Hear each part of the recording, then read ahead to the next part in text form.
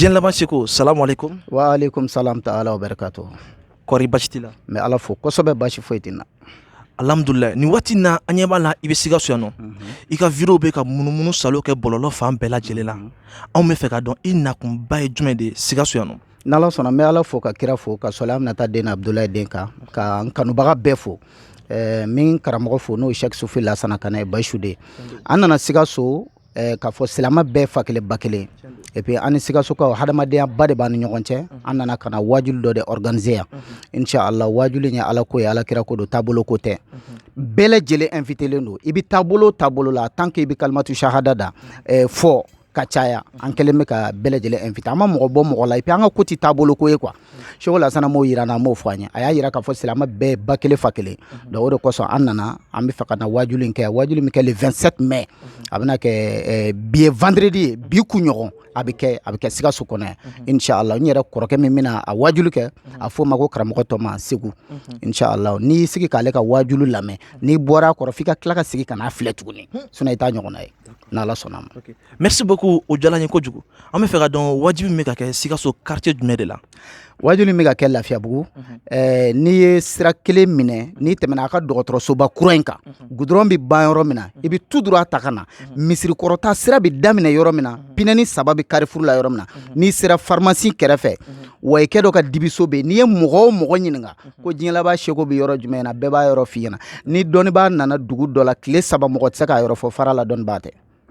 Pate sangana o diyara n ye kosɛbɛ. Est-ce que nalen Sikasso i bɛ ka baara kɛ mɔgɔw ye. An bɛ ka baara kɛ o y'an ka baara de ye ne ti bana dɔrɔn furakɛ sinon ne ka baara ye moriya de ne ka baara ye moriya de i mago bɛ moriya taabolo fɛn o fɛn na ne ka baara y'o ye mais k'a fɔ ko n bɛ bana de furakɛ tension diabète sida n t'o dɔn n ka bana dan ye koko ani infection n'o bɛ mɔgɔ la n b'o fɛngɛ n'o tɛ garijɛgɛ baara o ani bagide i n'a fɔ protection o fɛn caman fɛn o fɛn bɛ boli moriya canal kɔnɔ o ye diɲɛ laban Seko ka baara parce que n y'o ɲɛɲini b'o de ɲɛdɔn n'i ye dozo tunu ne ye kungokolo fantan n'a bantan kɔnɔ a tɛmɛna dɔn yɔrɔ kan bigi inshallah. Merci beaucoup Tibarikala Kolon Wasala an bɛ fɛ k'i ka nɛgɛjuru sira di an filɛlibagaw ma minnu b'a la k'an filɛ nin waati na Sikasso kɔnɔ ani Mali fan bɛɛ lajɛlen la.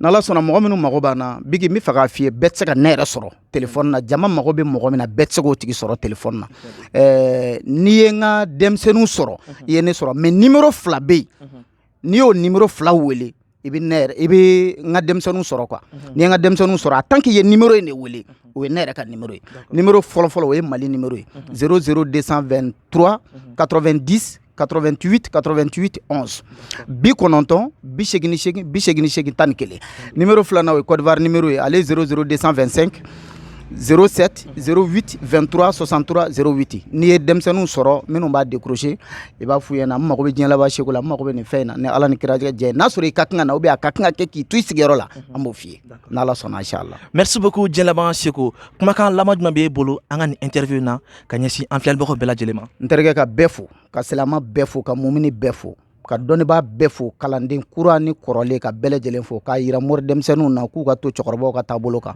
an kana se ka nata an kana se ka jama an kana kafa an kana yaada adamaden bɛ tile de la mɔgɔ tɛ se k'i tile kɛ ka mɔgɔ wɛrɛ tile kɛ quoi an ka hasida bɔ an ka ko la et puis an ka recherche kɛ denmisɛnnin i b'a dɔn k'a fɔ i b'i ka kuma na wagati min na i b'o ko de kɛ bamananw ko ten ko hali ni Ala fɛ ka fa wuli mɔgɔ la a ka kɛ denmisɛnnin ma n'o kɛra i bɛ se ka dugu caman boli quoi o tuma na n bɛ aw fo aw yɛrɛ minnu cɛsirilen don i ka page bɛɛ kan TikTok kan ka fara i ka Facebook kan ka fara i ka YouTube kan vraiment i ka fɛn fana filɛlen don an b'an to an ka sigidaw bɛɛ la k'a filɛ hasida tɛ mago ɲɛ min ye min ye o ka t'o bolo n'Ala sɔnna a ma. Merci beaucoup à la prochaine fois bye bye aw kan bɛn.